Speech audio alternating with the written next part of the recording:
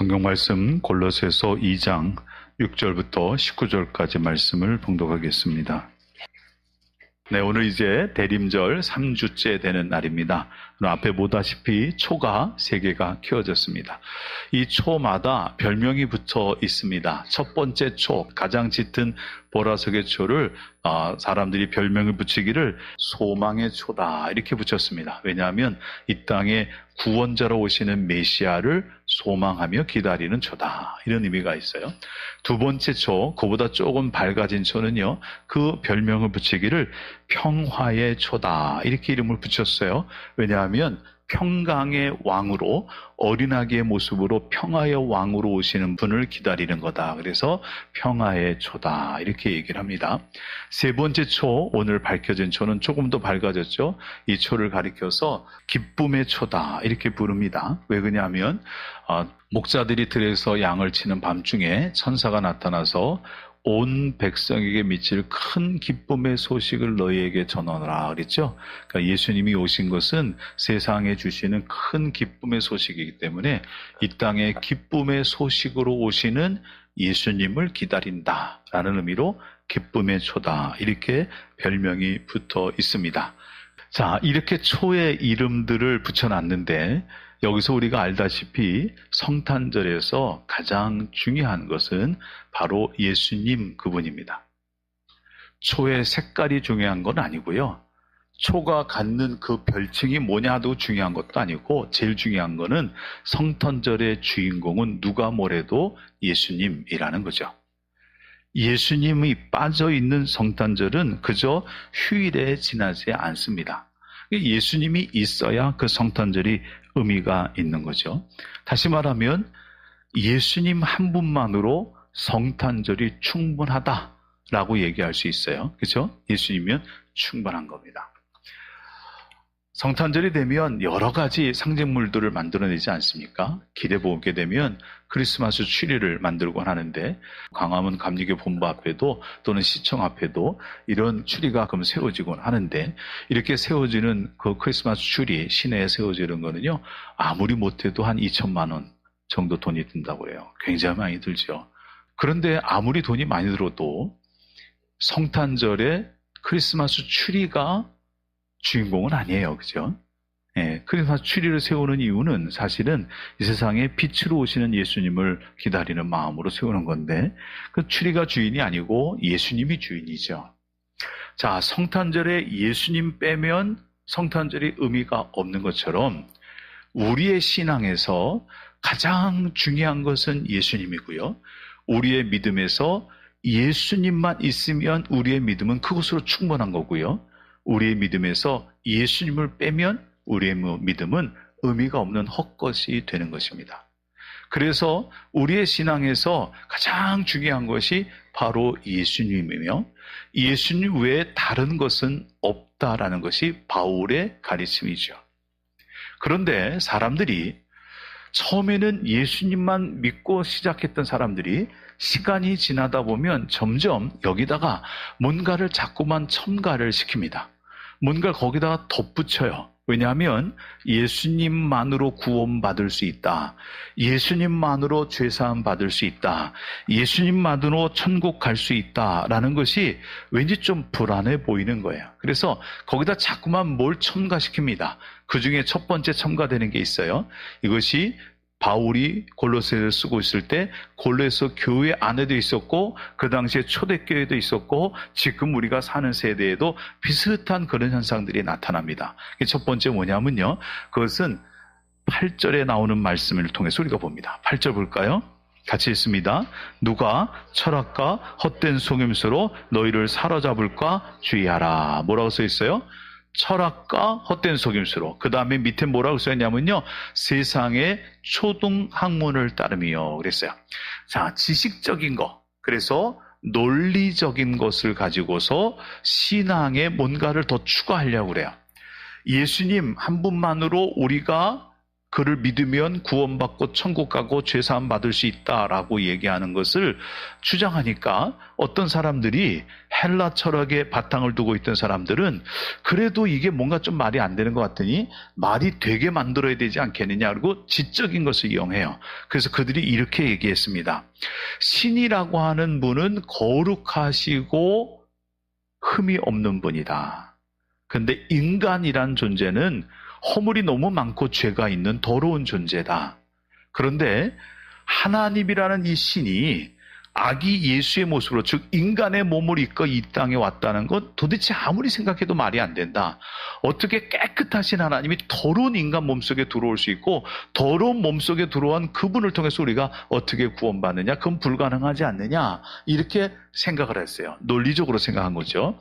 그래서 그들이 어떤 주장을 만들었냐면 예수님이 이 땅에 인간의 몸으로 입고 오셨다고 그랬는데 그것은 실제는 아니고 가짜다, 가짜.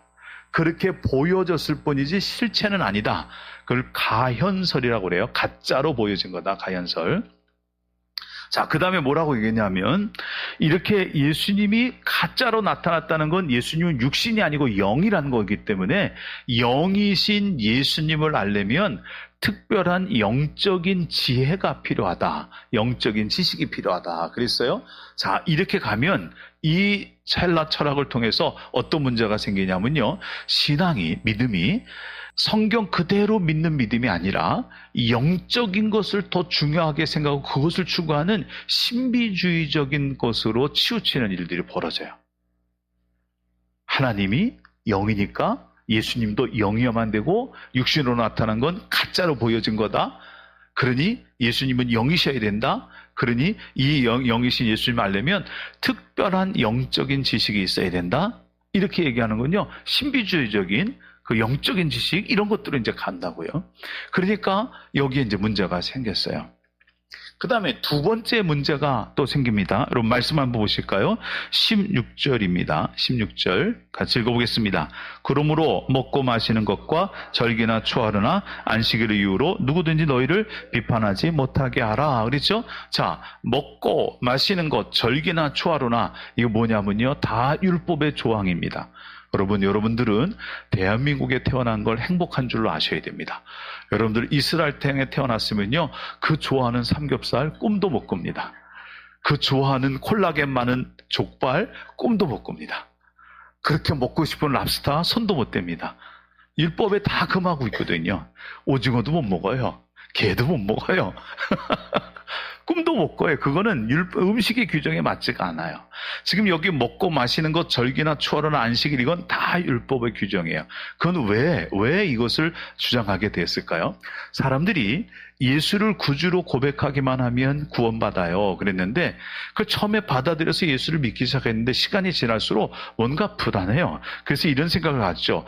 뭔가 내가 더 노력해야 되는 거 아니야? 내가 뭔가 좀 해야 되는 거 아니야? 이런 생각을 가져서 자기의 공로, 자기의 수고와 노력을 거기다 더하는 일을 하는 거예요. 그러다 보니까 이렇게 뭔가 내가 먹을 것을 먹고 먹지 않아야 될 걸 먹지 않고 내가 지켜야 될 절기를 지키고 내가 할례를 행하고 뭐 이런 것을 전부 다 하면 내가 그 행위로 하나님께 구원받을 수 있지 않겠느냐. 그래서 믿음 더하기 행위 이렇게 얘기하는 사람들이 있었죠. 육신의 공로, 자기의 공로를 통해서 구원받을 수 있을 거라 생각을 한 거예요. 이거는 행위에 대한 한쪽의 면이지만 그 이면에는 또 정반대 이런 것도 있어요. 우리의 육신으로 뭔가를 해서 하나님께 인정받아서 구원받는다면 반대로 내 몸을 철저하게 괴롭게 만들다. 그게 금욕주의죠. 철저하게 괴롭게 만들어서 그 괴롭게 만드는 것을 통해서 내 안에 일어나고 있는 죄의 성질을 다 죽이려고 노력해야 된다. 그러다 보면 내가 그 고행을 한 것을 통해서 구원받을 가능성이 있지 않느냐 이렇게 얘기하는 사람들이 있었습니다. 이것은요 금욕주의자들이에요. 그래서 공로를 통해서 구원받거나 금욕주의자, 고행을 통해서 구원받거나 이렇게 구원받을 수 있는 거 아니냐라고 생각하는 사람도 있었죠. 이게 예수 플러스 행위가 들어간 거예요. 그 다음에 세 번째 부류가 있습니다. 여러분 18절 보겠습니다. 18절. 아무도 꾸며낸 겸손과 천사 숭배를 이유로 너희를 정죄하지 못하게 하라. 뭘로요? 천사 숭배로 너희를 정죄하지 못하게 하라 라고 하는 거죠. 천사 숭배의 사상이 있었어요. 이거는요, 인간은 너무너무나 부족한 존재인데 하나님은 정말 범접할 수 없을 정도로 너무 멀리 계시고 너무 높이 계시고 너무 거룩하신 분이에요. 그러니 인간 입장에서는 하나님을 찾기는 찾지만 만날 가능성이 없다. 인간이 아무리 기도해도 그 기도가 하나님까지 도달하지 못할 거다. 그러면 어떻게 하면 좋겠냐? 인간이 아니면서 인간보다 조금 높은 존재지만 하나님보단 조금 낮은 존재, 그 존재가 가운데 껴서 하나님과 우리 사이를 왔다 갔다 심부름하면 되지 않겠냐? 이게 뭐예요? 이 천사예요. 천사. 그래서 인간보다는 더 나은 영적인 존재, 그러나 하나님보다 낮은 피조물인 존재, 천사라는 존재를 하나님과 인간 사이에 배치를 하고서 우리가 기도하면 천사가 가서 하나님께 아뢰주고, 하나님 뭔가 얘기하면 천사가 우리한테 가져다 주고, 이 천사가 있으면 되지 않겠느냐 해서 천사를 받들어 섬기는 사상들이 생기기 시작을 했죠. 이게 이제 또 하나가 첨가가 된 거예요. 지금도 그런 교회가 혹 있긴 하지만 예전에는 카톨릭에서 아주 그게 심했던 것이 있었어요. 그게 성자의 이름으로 기도하는, 성 아무개 이름으로 이렇게 얘기하는 게 있었거든요. 그것도 중간에 누굴 껴서 해야 된다고 생각하는 거죠. 예수님만으로 안 된다는 거예요. 이렇게 초대 교회 안에, 특히 골로새 교회 안에 세 가지 문제가 있었어요. 하나는요, 영지주의로 해서 좀 신비주의적으로 빠지는 신앙. 그 다음에 율법주의에 들어가서 행위로 뭔가 해서 구원받을 수 있다는 신앙. 그 다음에 우리는 부족하지만 중간에 천사라고 하는 존재를 둬서 우리가 하나님께 갈 수 있다라는 이런 믿음이 있어서 이 세 가지가 교회 안에 성도들의 믿음을 흔들어 놓고 있었어요. 그래서 바울은 뭐라고 하냐면 그거 다 아니다라고 얘기를 해요. 그것 아니다. 여러분 6절, 7절 보겠습니다. 그러므로 너희가 그리스도 예수를 주로 받았으니 그 안에서 행하되 그 안에 뿌리를 박으며 세움을 받아 교훈을 받은 대로 믿음에 굳게 서서 감사함을 넘치게 하라. 너희가 그리스도 예수를 주로 받았으니 그 안에서 행하되, 그 안에 어떻게 하라고요? 뿌리를 박으라고요. 예수 그리스도 거기에다가 뿌리를 박고, 예수 그리스도 거기에 세움을 받고, 예수 그리스도 거기에 굳게 서서 너의 믿음 생활하라 하는 것은 예수 그리스도가 내 믿음의 가장 기초가 되는, 기준이 되는 이것임을 잊지 말고 거기에 서서 흔들리지 말라는 거예요. 오늘 읽은 말씀에는 이런 말도 있습니다. 여러분 보시면요, 17절 보면 이것들은 장래일의 그림자이나 몸은 그리스도의 것이니라. 그림자하고 몸이 있잖아요. 그림자는 몸에서부터 나오게 돼 있지 그림자가 실체가 아니잖아요. 그림자는 몸에서 파생된 거지 몸 자체가 아니에요. 중요한 건 몸이어야 돼요. 지금 말하는 여기 천사 숭배나 영지주의나 또는 이렇게 행위로 하는 거, 이런 것들은 다 그림자에 지나지 않는 거죠. 중요한 것은 뭐냐면 예수님이라는 거예요. 예수님 한 분만 있으면 모든 것이 해결이 되는 건데 사람들이 이것을 자꾸만 뭔가 더 해야 된다는 걸 생각을 해요. 우리가 예수를 구주로 고백하기만 하면 하나님께서 십자가에 못 박혀 죽으신 예수님을 통해서 우리의 죄를 다 사해 주신다고 그랬어요. 오늘 말씀에도 그런 말씀이 나오거든요. 14절 보게 되면 우리를 거스리고 불리하게 하는 법조문으로 쓴 증서를 지우시고, 이건 우리가 지은 죄에 대해서 하나님 심판하실 수 있는 것들을 십자가에서 예수님 죽으심으로 우리의 모든 증서를 없애버리신대요. 우리의 죄를 사하신대요. 그러므로 예수님 한 번만으로 충분한 거거든요. 그래서 바울은 이렇게 얘기하고 있습니다. 9절 볼까요?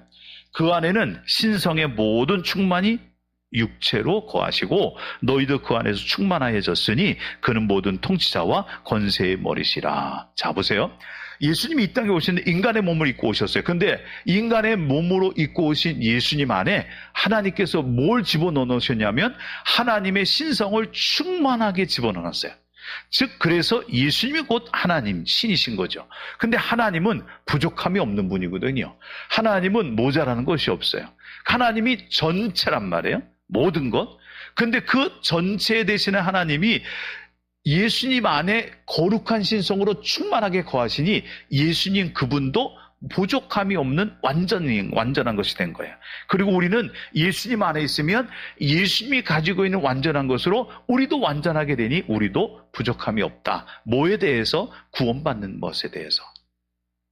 우리가 구원받는 것에 대해서 예수님만 알면 모든 것이 해결되는 것인데 사람들이 거기다 자꾸만 뭘 갖다 붙인다는 거죠. 마틴 루터라는 사람이 있죠. 여러분 종교개혁을 한 그분을 아실 거예요. 이 마틴 루터가 1510년에 로마를 순례하게 되었습니다. 성지 순례를 한 거죠. 근데 로마에 가면 스칼라 산타라고 하는 것이 있어요. 스칼라 산타는 거룩한 계단이란 뜻입니다. 이 스칼라 산타가 있는 성당이 하나가 있어요. 교회가. 그 교회에 스칼라 산타라고 부르면 거룩한 계단이 있는데 이 계단이 28개 계단이에요. 28개 계단, 이 계단이 사실은 이스라엘에 있던 거거든요. 예수님을 십자가에 못 박도록 내어주었던 본디오 빌라도가 그가 집정하고 있던 그 관저에 있던 계단이 28개의 계단이 있는데 예수님께서 그 계단을 오르셔서 신문을 받으셨다고 본 거죠. 그래서 콘스탄티누스의 황제의 어머니였던 헬레나라고 하는 분이 예루살렘에 가서 그걸 찾아갔고요. 그 계단을 통째로 뜯어왔어요. 그리고 로마에 갔다가 그걸 설치하고요. 거기다가 성당을 지었어요. 그래서 그 성당 안에는 28개의 거룩한 계단이라는 것이 있는데 이 계단에 대해서 신적인 어떤 특별한 의미를 사람들이 부여했어요. 그래서 누구든지 28개의 계단을 무릎으로 기어서 올라가고 하나 기어 올라간 다음에 눈물로 기도하고 또 하나 기어 올라가고 눈물로 기도해서 28개의 계단을 이제 기어서 올라가고 그리고 눈물로 기도하게 되면 누구든지 연옥에 있는 죄인들이 죄 사함을 받고 용서를 받고 그가 천국에 갈 수 있다라는 그런 믿음들이 그 당시에 있었어요. 그래서 사람들이 거기에 가던 계단에 가서 그걸 하는 거예요. 마틴 루터도 1510년도에 거기 가서 계단을 오르기 시작했습니다. 왜냐하면 자기 할아버지가 구원받았는지 안 받았는지 확실치가 않은 거예요. 그래서 자기 할아버지 구원받게 하려고 계단을 올라가면서 기도를 하기 시작을 했어요. 여러분 28개 계단을 올라가는데 이게 여기가 다 까진다고 그래요. 다 까져요. 그런데 28개의 계단을 다 올라갔어요. 정말 진지하게 정말 정성을 다해서 막 눈물 흘려가며 기도하고 28개의 계단을 딱 올라갔습니다. 그 다음에 마틴 루터가 자기 할아버지가 구원받았다고 깨달았을까요? 28개의 계단을 다 오르고 난 다음에 그가 이런 얘기를 합니다.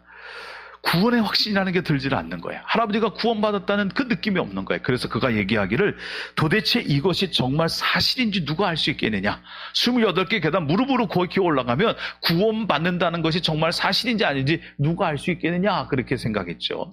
그러나 나중에 마틴 루터가 로마서의 말씀 의인은 오직 믿음으로 말미암아 살리라 하는 말씀을 읽고 나서 이 모든 것을 다 버리게 됩니다. 사람이 구원받는 것은 이렇게 계단을 기어 올라가서 구원받는 게 아니라는 거죠. 행위로 구원받는 게 아니에요. 그런데 사람들은 자꾸만 뭔가 거기다가 첨가를 시키려고 그래요. 그게 아닌데 예수님 그분만 제대로 알면 되는데 사람들이 왜 예수님 말고 다른 걸 거기다 자꾸만 첨가시키려고 그럴까요? 중요한 것은 말이죠. 진짜 예수님을 못 만나서 그래요. 진짜 예수님을 만나면 그 예수님만으로 모든 게 돼요. 사도 바울을 보세요. 바울은요. 진짜 예수님 만나기 전에는 뭔가 잔뜩 가지고 있었어요. 그것으로 자기를 뭔가 드러내려고 그랬어요. 그것으로 뭔가 만족을 얻으려고 그랬죠. 그런데 바울이 예수님 만나고 나니까 자기가 갖고 있던 모든 것을 다 버리기 시작을 해요. 왜요? 예수님 한 분만 있으면 모든 것이 충분하다고 생각한 거예요. 다른 게 필요가 없어요. 예수님을 만나고 나니까 아무것도 필요가 없는 거예요. 네로라고 하는 황제는요, 로마에 불을 지우고서, 그리고 로마 대화제 때 기독교인들에게 그 책임을 지어놓고, 그 기독교인을 죽이게 만들면서 한쪽으로는 아주 거대한 왕궁을 짓습니다. 황금으로 왕궁을 졌어요. 이게 얼마나 큰 왕궁인지, 그가 왕궁의 복도의 길이만 1마일, 1.6km 정도 되는 황금 궁전을 만들었다는 거예요. 왕관을요, 10만 불짜리, 왕관 머리에다가 한 1억 5천짜리 왕관을 쓰고요. 엄청난 일을 했죠. 얼마나 옷이 많았는지 한 번 입은 옷은 죽을 때까지 다시 입지 않을 정도로 옷이 많았대요. 황제가 고급스러운 옷을. 그러면서 얼마나 자기를 채우려고 그랬을까요? 근데 그가 결국은 자기 안에 채워지는 것을 채우지 못하고 스스로 자살해서 죽죠. 예수님 한 분만 가진 사람은요, 그것으로 만족한 사람은 가지고 온 걸 다 버려도 만족하며 사는데 예수를 만나지 못하니까 모든 것을 가져도 만족이 없는 거예요. 이게 차이가 있죠. 예수님을 제대로 만난 사람은 예수님 그분만으로 구원받는 일이 확실해져요.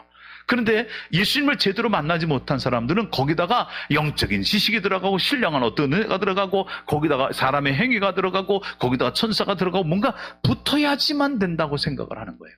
우리가 분명히 아셔야 될 것은 예수님 그분만으로 구원받는 일에 아무 문제가 없다는 것을 확실히 아셔야 될 줄로 믿습니다.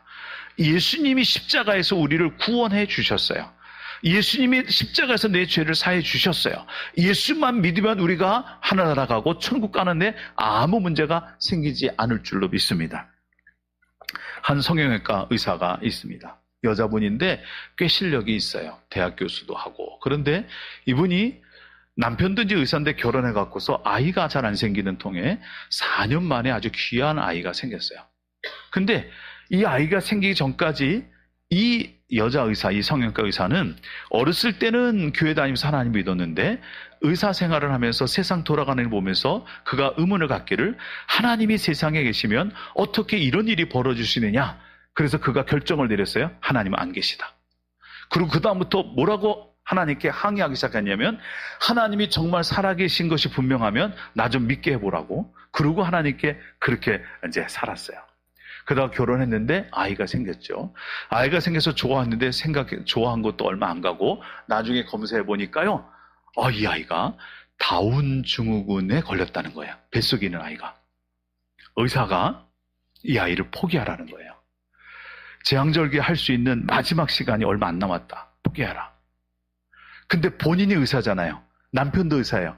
얼마든지 자기가 이해가 되는 거예요. 그런데 첫 번째 그 충격적인 소식을 듣고 이제 의사, 이 성형외과 의사가 뭐라고 생각했냐면 우리가 의사인데 다운 증후군이 걸린 아이 혹시 태어나도 의사는 우리가 케어할 수 있지 않을까 하고 아이를 낳겠다고 했어요. 병원에서 난리가 났어요. 제정신이냐고. 그런 사이에 이 여자 의사가 자기 어머니한테 그 사실을 알렸어요.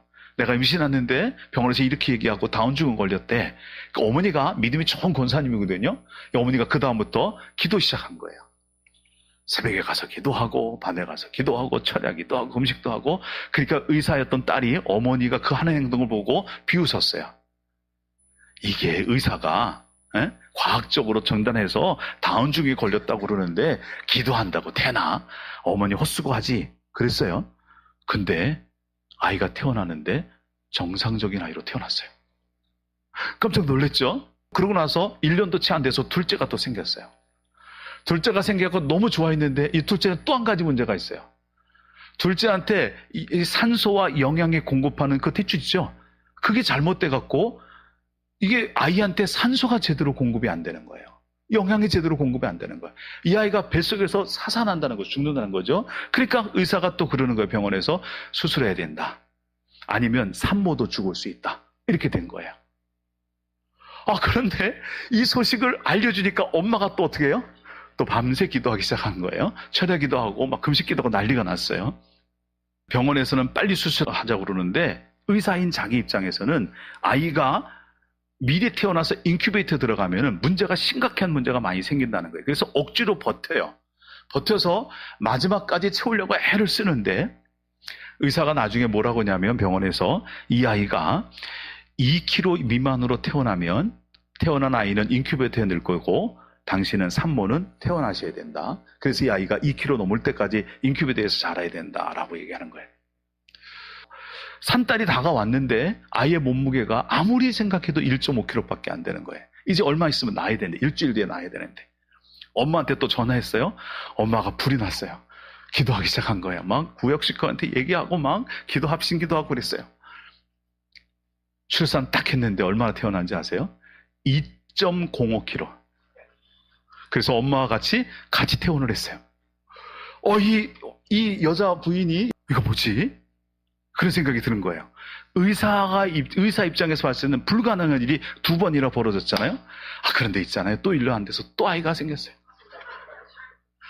3번째로 더 심각해요. 몇 달 안 지났는데 아직도 기간이 많은데 이 아이가 말이죠. 자궁이 열려버렸어요. 그래서 아이가 당장 나오게 생긴 거예요. 그 자기 두 아이를 받았던 그 의사한테 전화를 했어요. 전화했더니 당장 뛰어오라고. 뛰어왔더니 산모를 거의 거꾸로 눕히다시피 했고 그 열린 자궁을 막았대요. 이렇게 꼬매서 이렇게 막았대요. 그러고 나서 이제부터 마지막 날 때까지 절대로 움직이면 안 된다. 움직이면 죽는다. 산모도 죽고 당신도 죽고 애 낳으면 죽는다. 그래갖고요, 의사 하던 거 가만두고 자기 어머니 집에 가서, 자기 집까지 갈 수가 없어서 어머니 집에 가서 친정에서 이제 누워서 사는 거예요. 4개월 때부터 10개월까지. 누워있는데, 엄마가 해다 주는 밥을 먹고 누워있는데, 엄마가 들어오기만 하면 이어폰을 해갖고 귀를 꼽아주는데, 그게 이제 목사님 설교를 꼽아주는 거예요. 너무너무 듣기 싫어서 계속 빼버렸다는 거야. 나는 하나님 없다고 믿는데 왜 이래? 근데 어느 날, 외국에 가 있는 친구가 전화를 했어요. 야, 내가 임신했을 때 성경을 읽으니까 그렇게 마음이 안정되고 좋더라. 너 그렇다고 하니까 성경을 읽으면 안정되면 네 아이도 제대로 낳을 수 있을까? 그랬던 거야. 그래서 이제 성경을 읽기 시작을 했어요. 성경 읽는데 성경을 읽다가 하나님이 되게 화가 나더라는 거예요. 왠지 아세요? 성경에는 하나님이 주시는 아이들이 다 예쁘게, 다 멋있게 태어났다는 거예요. 그 용모가 준수하더라, 아름답더라, 전부 다 그렇게 태어나더라는 거예요. 근데 자기 두 아이가 다 못생겼어요. 누워갖고 하나님께 기도하는 거예요. 막 땡깡 부르면서, 하나님, 성경을 보니까 다른 아이들은 다 예쁘게 태어나게 했는데 왜 내 아이들은 이렇게 못생기게 태어나게 했느냐. 그것도 4개월 만에 자궁이 열려서 지금 중내 산에만 하는 이런 상황을 만들어냈냐고, 나는 왜 이렇게 아이 낳는 게 힘드냐고, 그렇게 하나님께 화를 내면서 기도하기 시작했어요. 그 상황에 엄마는 또 기도를 했겠죠. 부지런히 기도를 했어요. 기도했는데 하나님께서 그러더라는 거예요. 너 산딸을 다 채우고 완전히 만삭을 다 채우고 그러고 나서 출산할 거라 그랬는데 정말 기적같이 그렇게 됐어요. 이제 산딸이 거의 됐기 때문에 한 주 전에 가서 미리 아이를 낳으려고 들어갔는데 그렇게 열렸던 자궁이 안 열리더라는 거예요. 근데 그때 생각이 났어요. 하나님이 너 마지막까지 채운다. 그래서 마지막에 딱 그 다음 주에 갔더니 아이를 낳았어요. 아이가 태어나는데요, 진짜 예쁜 아이가 태어났대요. 딸애가 태어났는데 3번을 경험하고 이 의사가 뭐라고 고백하냐면, 이 정도 되면 하나님이 없다고 나는 말할 자신이 없다. 제대로 하나님 만난 거예요. 하나님 한 분, 그분만이면 충분하다는 걸 아는 거죠. 이것만 있으면 다른 거에 흔들리지 않아요. 그런데 이 하나님을 만나지 못하고 예수님 만나지 못하니까 자꾸만 거기다 뭔가를 갖다 붙이려고 그러는 거예요. 이게 문제죠. 시편에 보니까 다윗이 이런 고백을 합니다. 너희 성도들아, 여호와를 경외하라. 그를 경외하는 자에게는 부족함이 없도다. 젊은 사자는 궁핍하여 쥐를 찌라도 여호와를 찾는 자는 모든 좋은 곳에 부족함이 없으리로다. 예수 한 분만으로 충분할 수 있거든요. 바울은 그 믿음 흔들리지 말고 끝까지 붙들고 하나님 앞에까지 가야 된다라고 얘기하는 거예요. 12월 10일 날, 지난주 수요일이죠. 영국 런던의 한 축구 경기장에 손흥민 선수가 서 있었습니다. 아마 뉴스를 보신 분이 계실 거예요. 미국에 와서 선수 생활하던 손흥민이 미국의 리그가 다 끝났어요. 그래서 이제 영국으로 자기가 뛰던 토트넘이라는 그 팀으로 이제 갔어요. 왜냐하면 토트넘을 떠나올 때 그 토트넘 팬들하고 작별한 적이 없어요. 그래서 이제 작별 인사를 하고 갔죠. 갔는데 손흥민이 스타디움에 딱 들어가니까 놀라운 일이 벌어졌어요. 그 큰 스타디움에 무려 6만 5천 명의 사람들이 모여 있었는데 손흥민이 들어가니까 다 일어나서 기립박수를 쳐주는 거예요. 5분 이상 우레와 같은 기립박수를 쳐줘요.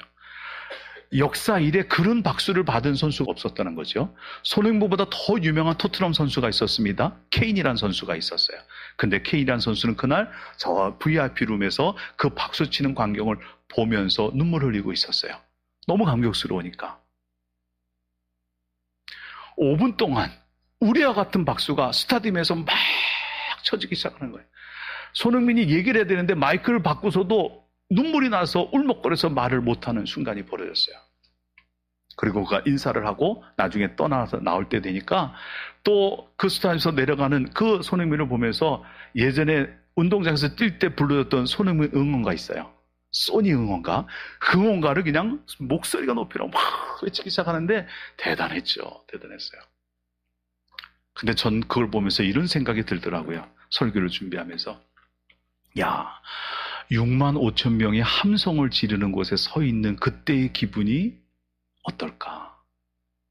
그런데 만약에 우리가 세상 떠나 하나님 가는 그날까지 예수님 제대로 만나고 예수님 그분 한 분만 제대로 붙들고 우리가 하나님 앞에 간다면 우리가 하나님 나라 가는 그날 하늘에서 천군 천사들, 허다한 천군 천사들이 몰려올 텐데 그리고도 우리보다 앞서간 믿음의 선제들이 다 나와서 나를 환영해 줄 텐데 그때 그들이 몰려오면서 환호성을 지르고 박수를 쳐주며 수고했다고 그렇게 나한테 다가오는 그 광경을 생각해 보면 여러분 그거는요 스타디움에 서 있는 한 축구 선수의 간격보다 더 대단하지 않을까요?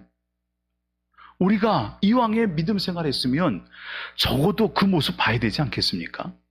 여러분 하나님 앞에 가는 그날 하나님께서 천군 천사를 동원해서 여러분을 환영하고 여러분들에게 수고했다, 믿음 잘 지켰다, 너 했었다 라고 우리한테 박수 쳐주고 환호해주는 그 감격스러운 장면이 여러분의 믿음의 가장 마지막 자리에 여러분들에게 주어지는 축복이 되시기를 주님의 이름으로 축원을 드립니다. 십자가의 복음에 굳게 서십시오. 그거 외에는 방법이 없습니다. 기도하겠습니다. 하나님, 우리가 주님 알기를 원합니다. 주님 만나기를 원합니다. 주님 우리에게 찾아와 주시고 주님이 우리의 유일한 구원자 되심을 우리가 경험할 수 있도록 은혜의 문을 열어 주시옵소서. 그래서 우리가 십자가의 복음에 굳게 서서 하나님 나라 가는 그날까지 믿음의 길을 걸어갈 수 있도록 도와 주시옵소서. 예수님의 이름으로 기도드립니다. 아멘.